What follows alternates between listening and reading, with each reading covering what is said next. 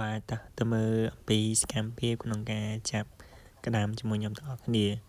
នៅក្នុងក្លុកនេះគឺអត់មានអីច្រើនទេអត់មានត្រីអត់មានអីទេតែមានក្តាមបាទពុកម៉ែបងប្អូននិយាយទៅនៅពេលដែលទឹកវាខាតទៅគឺ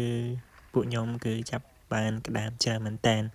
ពុកម៉ែបងប្អូនមានអាទូចផងអាធំផងអីចឹងនេះចំពោះក្តាមដែលយើងយកចាប់បាននេះគឺខ្ញុំយកទៅ